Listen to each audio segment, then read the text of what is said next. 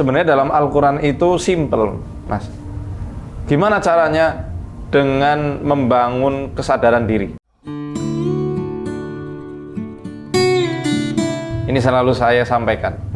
Dalilnya surat Al-A'raf ayat 201. Innal ladzina taqaw idza massahum ta'ifum minasyaitani tadzakkaru fa idza hum mubsirun.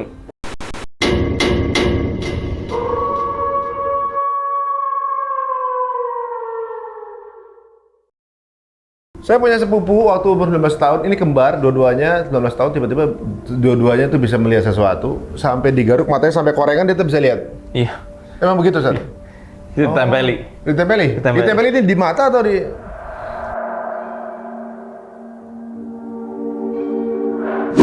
Wallahu a'lam di mananya, tapi yang jelas dia kadang-kadang meremeh kelihatan katanya. Oh ya Allah, itu dia. Dan kebanyakan orang awam yang mengaku bisa ngelihat, ya, dia bisa melihat lah, kemudian disebar-sebarkan. Kata Imam Syafi'i kebenarannya itu sangat kecil. Oh gitu. Saya pernah ngetes kok. Beberapa orang indigo saya kumpulkan, saya ajak jalan-jalan satu persatu. Waktu itu qadarullah ngelilingi sebuah situs ya di Jawa Barat. Nah ternyata dari indigo itu semuanya melihat berbeda-beda. Nah itu dia. Yang pertama ditantang gelut, ditantang berantem sama genderuwo dan lain-lain. Yang kedua disambut sama orang-orang yang rupawan. Ayo ini kamu udah ditunggu sama rajanya, sudah ditunggu selama bertahun-tahun. Kemudian nunduk-nunduk. Pokoknya yang kedua ini lebih santun. Nah yang ketiga ngelihatnya itu semua di situs itu harimau-harimau. Jadi mana yang benar? Gak ada yang benar semuanya. Oh, tergantung kreasi masing-masing gitu ya? Iya, tergantung fantasinya. Oh, iya. Lagi-lagi kembali kepada Al-Quran. Innahu yarakum huwa wa qabiluhu min haitsu la tarawnahum. Iblis dan qabilahnya dari bangsa jin melihat kalian dari tempat yang kalian tidak bisa lihat mereka. Dan kebenarannya itu kata para ulama, yaitu hanya para nabi aja yang punya kebenaran mutlak. Makanya Imam Syafi'i mengatakan, ya, man za'ama annahu ra'ahum, siapa yang mengaku melihat mereka bangsa jin, ruddat syahadatuhu wa uzira li mukhalafatihil Qur'an. Maka persaksiannya itu ditolak dan dia harus dihukum karena telah menyelisih Al-Qur'an. Dalam perkataan lain Imam Syafi'i mengatakan, man za'ama annahu ra'al jinna abtalna syahadatahu illa an yakuna nabiyan. Siapa yang ngaku melihat jin, bisa melihat jin dalam wujud gaibnya, kami tolak persaksiannya kecuali dia itu seorang nabi, seorang rasul. Namun di zaman Nabi Sulaiman alaihissalam, jin-jin ini ditampakkan untuk seluruh manusia, Mas, untuk seluruh umatnya Nabi Sulaiman. Karena jin ini dipekerjakan untuk jadi pembantunya Nabi Sulaiman, sehingga seluruh manusia yang jadi umatnya kala itu bisa melihat mereka. Setelah meninggal Nabi Sulaiman ditutup lagi. Oh, ya. Jadi di momen itu manusia dengan mata telanjang pun bisa ngelihat. Iya. Itu ada penjelasannya di sini. Waduh, harus dibaca nih. Kalau dibaca nggak perlu nanya lagi, teman-teman ya. Jadi kalau merasa melihat jin ya, apalagi mungkin sering lihat di YouTube segala macam, tadi barusan udah dijelasin sama Ustadz ya. Tadi dijelasin sama Ustadz bahwa waktu di zaman Nabi Sulaiman bahkan sampai bangsa jin itu bisa dilihat oleh manusia, gitu. Apakah ada korelasinya? Dulu katanya waktu Nabi Sulaiman ada itu seperti Nabi Sulaiman itu kejadiannya di Sleman. Dan gitu, bangsa jin itu saat itu adalah yang ngebangun candi Prambanan saat itu kan. Terus banyak kebetulan gitu saat yang nggak tahu cocokologi atau apa gitu saya, yang apa namanya kesamaan nama dari ratu apa gitu. Bilqis dia ratu apa? Tidak benar itu. Ya kemudian dia mempunyai kemampuan untuk menyuruh para jin gitu kan ibaratnya. Itu kalau menurut pandangan Ustaz bagaimana? Ya jelas tidak benar lah, karena ya? Yang negeri Sabak itu kan bukan di Wonosobo tapi di Sabak, Wonosobo, sama-sama ini. Istananya Nabi Sulaiman juga di negeri Syam, bukan di mana Sleman, bukan di situ. Oh iya. Jadi nggak ada korelasinya ya? Bener. Nggak ada korelasinya. Jadi jangan dicocok-cocokin teman-teman semuanya ya. Itu mungkin aja cerita itu justru terinspirasi dari Nabi Sulaiman. Bisa aja kan? Oke. Alhamdulillah. Cocokologi itu. Ada pertanyaan Ustaz nih. Bagaimana tanggapan katanya kalau anak kecil itu bisa ngelihat jin? Enggak semua. Gitu, anak kecil yang suka ketawa sendiri, main di pojokan, orang tuanya parno. Udah gitu orang tuanya lihat anaknya main ketawa-ketawa di pojokan, bukannya ditarik anaknya, diambil handphonenya buat di video ini. Anaknya ngobrol sama jin malah divideoin. Ini orang tua macam apa? Ini orang tua Itu zaman bisa jadi sekarang. jin, bisa jadi teman imajinasi, Mas. Oh gitu. Iya, yang namanya anak-anak. Teman imajinasi bukan termasuk jin. Bukan lah, dia seakan-akan karena nggak punya teman gitu mungkin ya, nggak ada teman main, akhirnya dia menciptakan sosok imajinatif yang dia ciptakan sendiri. Oh, Ya. ya. Kadang ya karena jin, kadang karena imajinasinya sendiri. Kayak orang anak perempuan tuh yang biasa main masak-masakan, jual-jualan, nggak ada lawannya. Dia bilang, mau beli apa? Terus dia layani. Itu kan sebenarnya imajinasi anak di umur-umur segitu tuh lagi kuat-kuatnya. Hanya saja orang tuanya yang terlalu terburu-buru. Oh ini lihat jin, belum tentu. Habis itu ada indigo latah. Oh iya itu ada sosok nenek-nenek atau apa yang lagi menemani anaknya. Padahal nggak seperti itu. Dulu saya juga kayak begitu. Anak-anak laki itu kadang-kadang so beranteman, dia berasa ada lawan ya kan. Anak cewek itu masak-masakan, seolah-olah ada yang diajak masak gitu kan. Ini bukan berarti dia melihat jin ya. Iya. Ustadz, tahun 2020 dari Ratna Maharani, saya pindah rumah. Awal datang ada suara ledakan seperti ada suara yang jatuh. Setelah itu kesehatan saya memburuk, setiap tengah malam badan saya kesemutan semua, kemudian kaku. Dari Ratna Maharani. Ya, 2020 Ratna ini pindah rumah. Kemudian ada suara ledakan. Ya. Sejak saat itu kesehatannya menurun. Apa ada pengaruhnya, Ustaz? Iya. Di antaranya ada pengaruh. Di rumahnya ledakan semacam itu kalau dari apa yang saya pelajari termasuk bagian dari sihir, Mas. Sihir-sihir manfukh misalnya. Manfukh itu yang ditiupkan dari jarak jauh kemudian dikirim kepada rumah calon korbannya sehingga meledak kemudian bikin kesehatannya menurun. Tertarget berarti. Mentarget itu. Jedar. Bisa target itu ada masalah tuh, Mas? Wallahu alam ya. Saya nggak berani nerka, nanti khawatir benar. kemana-mana lagi. Berarti itu benar, tadi? Saya cuma menyarankan aja untuk beliau yang bertanya rutin membacakan Al-Baqarah di rumah. Karena Al-Baqarah kata Rasulullah SAW itu nggak akan pernah bisa dilampaui dan dilawan oleh para tukang sihir. Oh gitu. Kalau ini saya sebenarnya udah dengar kajian Ustadz kemarin ya mengenai surat Al-Baqarah. Kalau bacaan kita kurang benar, Ustadz. Kemampuan dari surat Al-Baqarah tersebut untuk menjadi penghalangnya tetap sama? Ya, insya Allah dengan kejujuran hati, kemudian kemurnian tauhid, kemudian akidah, ya, dan juga pemahaman terhadap apa yang dibaca, sekaligus didukung dengan belajar. Jadi ada usaha untuk memperbaiki bacaan, insya Allah efeknya sama, Mas.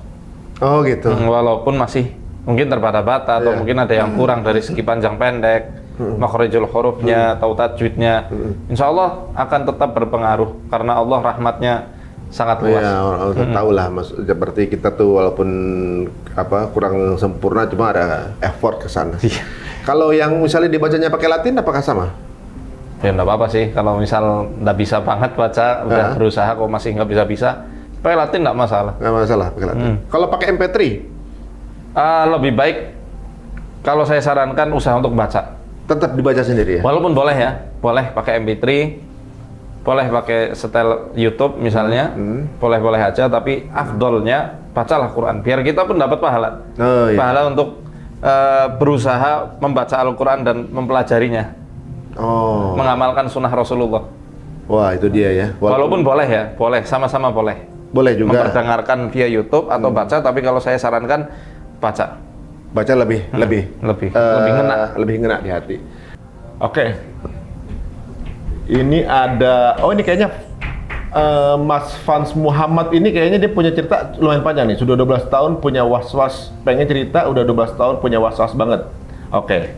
Mas Fans Muhammad kita ajak join live. Nah, Assalamualaikum. Waalaikumsalam warahmatullahi wabarakatuh. Mas Fans, bisa ceritain awalnya gimana? Jadi dulu tuh saya les pas SMA, tiba-tiba badan saya gemeter, meriang. Saat saya pulang ke rumah itu, ternyata kakek saya meninggal. Padahal saya tidak dikasih kabar. Terus setelah itu saya sering mimpi mengelilingi Ka'bah, terus pernah mimpi di Masjidil Aqsa, terus pernah diajak ke Jogja. Jadi hijau semua itu kayak gerbang gitu.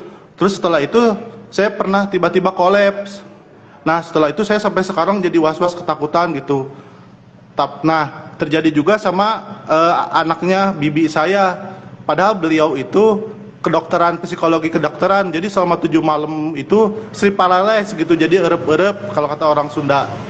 Nah setelah itu ternyata akhirnya dibawa ke Banten, katanya kakek kamu punya perjanjian 10 jin, ada yang bisa terbang, ada yang bisa nyembuhin. Memang kakek saya di sini disebut mama gitu. Jadi beliau itu bisa nyembuhin, dipegang yang patah juga bisa nyambung, terus punya ilmu sepi angin gitu, tiba-tiba ada di rumah gitu.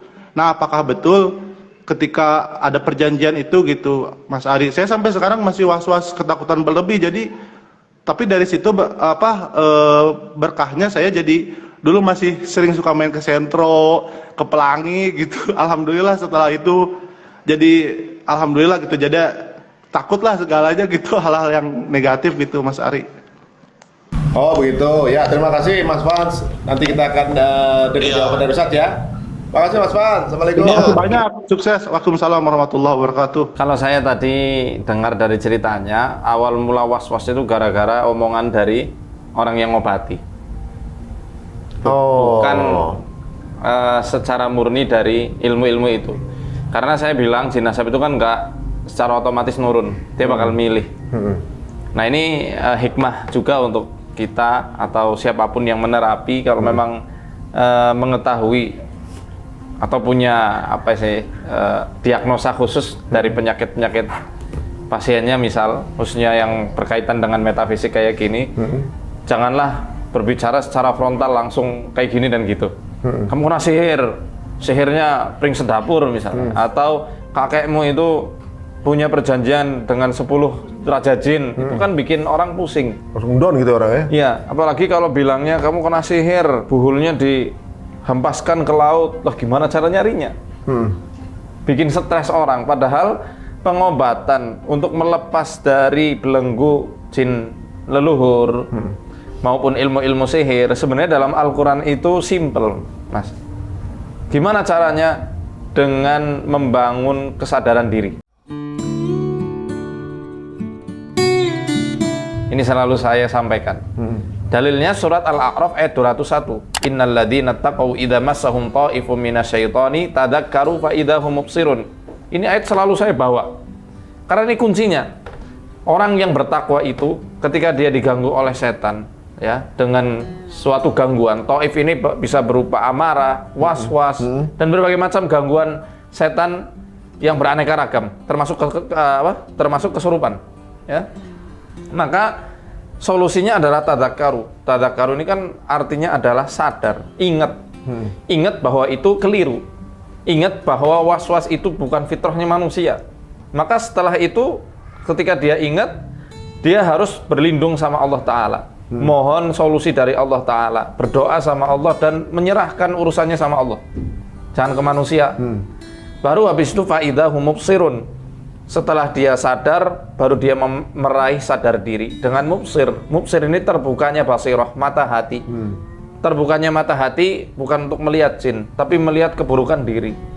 Bisa mengabsen kira-kira apa sih kesalahan-kesalahan kita dari yang paling kecil sampai yang paling besar. Karena dari situlah, ya kata Syekh Abdurrahman As-Sa'di di dalam kitab tafsirnya, dari situlah orang yang bertakwa akan ditampakkan Allah dari sisi mana setan itu mampu untuk masuk ke dalam jiwa dan pikirannya. Kadang mungkin lalai sholatnya, kadang lupa sodakohnya, kadang lupa berbakti sama orang tuanya, dan pintu-pintu lain. Ya, kadang utang nggak dibayar-bayar. Pengaruh tuh? Pengaruh lah. Pengaruh, zolim lah itu. Makanan nggak halal pengaruh? Pengaruh banget. Makanan yang nggak halal pengaruh. Bahkan katanya kalau makan pakai tangan kiri juga termasuk? Termasuk. Jangan tangan kiri, 2 jari aja itu termasuk tata cara makannya setan. Tangan kanan tapi 2 jari? Ya, 2 jari. Ini hadis Tobroni, tapi disahihkan ya. Syekh Al-Albani yang mensahihkan bahwa ketika Ibnu Abbas makan rutop, dibilangi sama Rasul, la ta'kul bi isba'aini fa inna ma hadhihi min aklati syaitan. Jangan makan dengan 2 jari karena makan dengan 2 jari ini cara makannya setan. Walakin kul bi thalathati asabi'a. Tapi makanlah kamu dengan 3 jari. Oh, kalau makan rujak itu banyak tuh. Nggak usah makan rujak, rokok. Orang rokok. Oh, rokok dua. Kalau 3 jari kebanyakan orang rokok. Ya biar nyunah rokoknya pakai 3 jari. Oh. Nggak bisa. Iya. Nggak bisa. Iya. Tapi kalau memang keterbatasan bahwa memang hanya punya 2 jari itu berbeda ya. Oh iya itu berbeda. Nah, Itu uzur. Itu justru sama pakai- seperti orang nggak punya tangan kanan misalnya. Dia makan pakai tangan kiri, ya uzur, nggak Uzur masalah. ya, benar-benar. Jadi berarti justru dia pakai semua jari kalau jarinya cuma 2. Iya. Aduh, Masya Allah ya tuh makin apa namanya banyak ilmu. Saya juga baru tahu tuh makan pakai 2 jari itu. Jadi was-wasnya itu saya bilang, ayo move on, harus berusaha. Karena terapi was-was itu harus dari kesadaran diri membangun kesadarannya untuk lepas dari was-was. Apa sih yang harus ditakuti? Karena kita manusia sebagai khalifah di muka bumi dan pemimpin untuk memakmurkan bumi. Mereka itu sebenarnya makmum kita, jin itu makmum kita. Jadi jangan mau diperalat dan dikuasai kesadarannya sama mereka. Bener juga Ustaz ya. Iya ngapain takut? Inna kaidah syaitani kana dha'ifa. Makar-makar setan itu adalah lemah. Dan dari Zoom ya. Pertanyaannya apa? Elzara. Assalamualaikum, izin bertanya Ustaz. Waalaikumsalam. Saya sering bermimpi di kuburan dan ketika sebelum ada orang meninggal, saya biasanya lemas dan susah tidur. Itu kenapa ya? Sama kayak tadi. Oh iya, ya dia sering mimpi di kuburan. Biasanya suka sebelum dia meninggal lemes susah tidur. Mirip Ustaz ya. Ya, tapi bisa jadi ada pendeman di rumah. Coba dicek rumahnya. Jangan-jangan pernah dipendemi sesuatu untuk penjagaan kayak telur angsa yang dikasih rajahan, ditaruh di rumah. Oh, walaupun itu rumah bekas. Ya. Oh ya, kalau rumah bekas ya kadang memang ada pengaruhnya ya kalau orang itu sensitif. Tapi kalau nggak sensi ya nggak ada pengaruhnya. Nggak ada pengaruhnya ya. Coba Jadi ini dicek mirip aja. sama yang tadi juga dong, yang dibilang katanya kalau dia malamnya lemes, Iya. siangnya dia meninggal. Oh ternyata pola itu mirip-mirip ya. Mirip ya. Ada lagi mungkin dari Zoom? Nggak ada? Oke. Sekarang nih.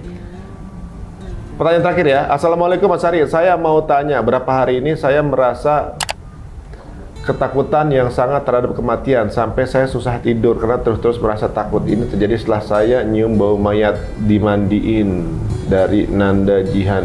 Gara-gara nyium mayat dimandiin, bau mayat dimandiin, kemudian terasa ketakutan akan meninggal. Memang melihat orang meninggal emang pelajaran untuk kita, pengingat ya Ustaz ya, gitu. Sebenarnya apa yang dirasakan sama siapa tadi namanya? Ya, itu banyak dirasakan sama orang yang pertama kali mandiin jenazah, Mas. Jadi itu wajar. Oh, wajar ya? Wajar. Oke. Teman saya juga dulu pernah, dia bagian keamanan pusat di pondok saya. Dia pertama kali mandiin jenazah, dan jenazah yang dimandiin adalah adik kelasnya sendiri. Dia sampai 3 hari 3 malam dia nggak bisa makan, susah tidur, selalu takut kemana-mana, paranoid. Itu wajar bagi orang yang baru pertama kali. Insya Allah nanti dengan sendirinya akan hilang. Emang bau jenazah gimana? Ya bukan hanya bau jenazah, itu sebenarnya menyaksikan gimana proses jenazah itu lagi dimandikan dan diurus. Itu bagi orang-orang yang mungkin baru pertama dan mentalnya kurang kuat. Itu ya adalah rasa was-was seperti itu. Itu wajar kan? Mohon perlindungan sama Allah dan dialihkan pikirannya untuk mikirin yang lain. Tapi mengingat kematian juga bagus ya sebenarnya. Ya, Tapi jadi jangan kalau- sampai parno gitu. Ya, mengingat kematian yang baik adalah dengan mempersiapkan bekal kita sebaik-baiknya. Tapi kalau mengingat kematian bikin dia malah takut dan tidak mau beraktivitas, ya itu setan lah. Setan ya. Aduh.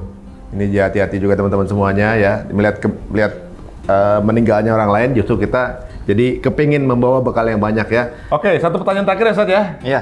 Puji Sulistiawati. Assalamualaikum, izin bertanya Ustaz Faizal. Iya. Bagaimana cara menahan amarah saat kita sedang emosi agar syaitan tidak menyerut amarah kita? Terima kasih. Ya Suji, bagaimana cara kita menahan amarah agar kita nggak menuruti nafsu setan? Ya, pertama bisa meninggalkan tempat itu.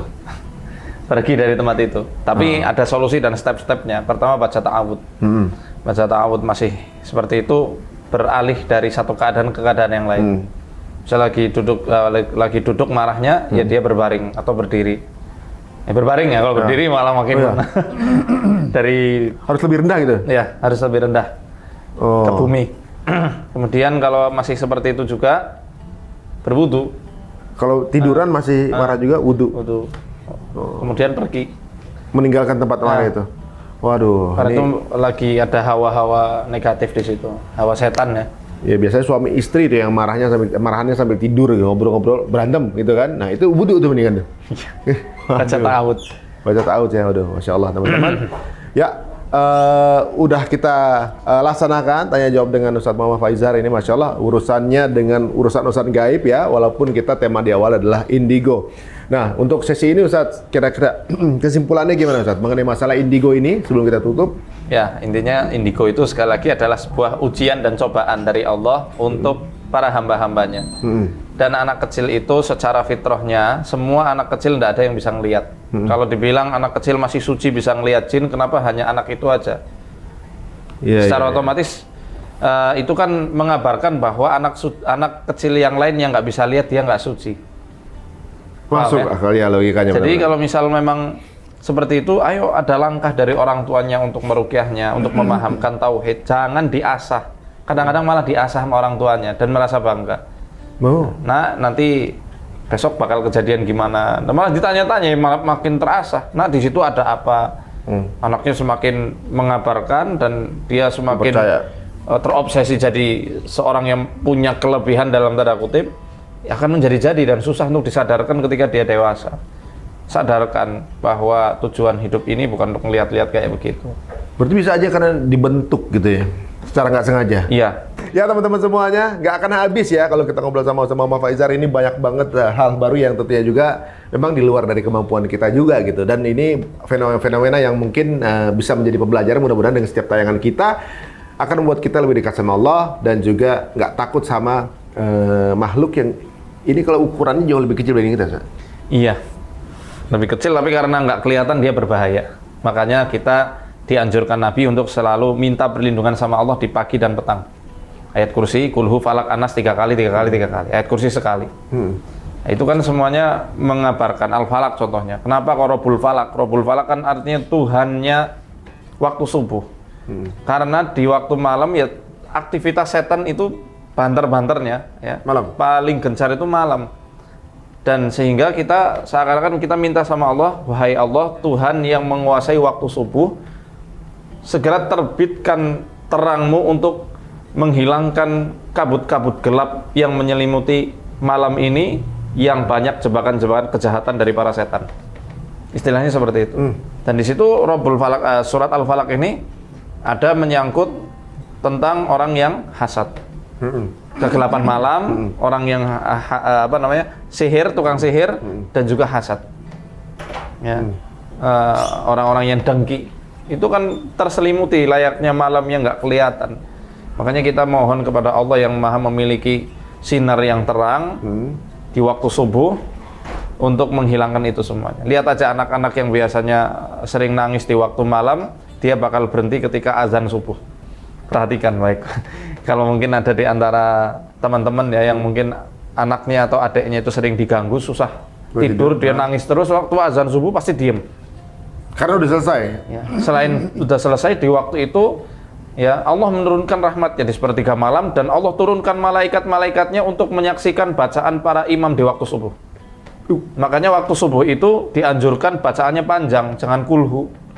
Tanpa kita meremehkan fadilah dari surat Al-Ikhlas. Ya.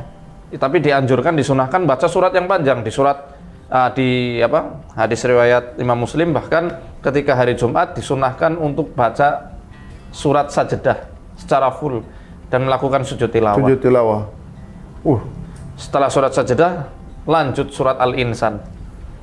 Di rokat yang sama? Rokat kedua. Rokat pertama, kemudian rokat kedua. Karena ya dalam surat Al-Isra kan sudah jelas dikatakan bahwa baca Quran di waktu subuh itu disaksikan oleh Allah, kemudian oleh para malaikat-malaikatnya. Makanya setan nggak berani muncul, dia takut sama malaikat. Mau ditas sama ya malaikat-malaikat. Berarti setiap habis subuh dianjurkan untuk baca Quran ya Ustaz ya? Iya, dianjurkan baca Quran setelah waktu subuh, ketika sholat subuh, setelah selesai sholat subuh. Dan juga tentunya sebelum terbit waktu fajar baca zikir pagi, dan juga sebelum malam zikir sore. Itu udah jadi kayak baju perisai, Ustaz. Iya. Waduh. Ya, ini ilmunya buat teman-teman semua ya. Zikir pagi, zikir petang, baca Quran setelah subuh. Ini akan menjaga kita semua insya Allah. Mudah-mudahan kedepannya nggak ada lagi gangguan-gangguan yang Amin, mungkin amin. teman-teman anggap ini sebuah hal yang mengganggu kinerja kita. Jazakallah khair Ustaz waktunya. Ini banyak banget ya informasi yang kita dapatkan ya. Walaupun kadang-kadang ada pertanyaan yang random gitu, ada hal yang random juga, tapi insya Allah mudah-mudahan ini sampai ke masyarakat. Amin. Dan kita akan buka lagi kesempatan berikutnya, dan insya Allah mungkin ada Allah berikan kesempatan lagi untuk bersilaturahmi. Ini masya Allah. Terima kasih teman-teman semuanya. Yang penasaran dengan Ustadz, ya silakan langsung add aja Instagramnya @Muhammad_Faizar. Ya, Muhammad.Faizar. Muhammad.Faizar. Kalau YouTube Muhammad Faizar Official. Muhammad Faizar Official, gitu. Atau Umfo ya. Teman-teman semua jangan lupa ya pasti ya follow dulu Cerita Untung ya. Sampai ketemu lagi. Assalamualaikum warahmatullahi wabarakatuh. Waalaikumsalam warahmatullahi wabarakatuh.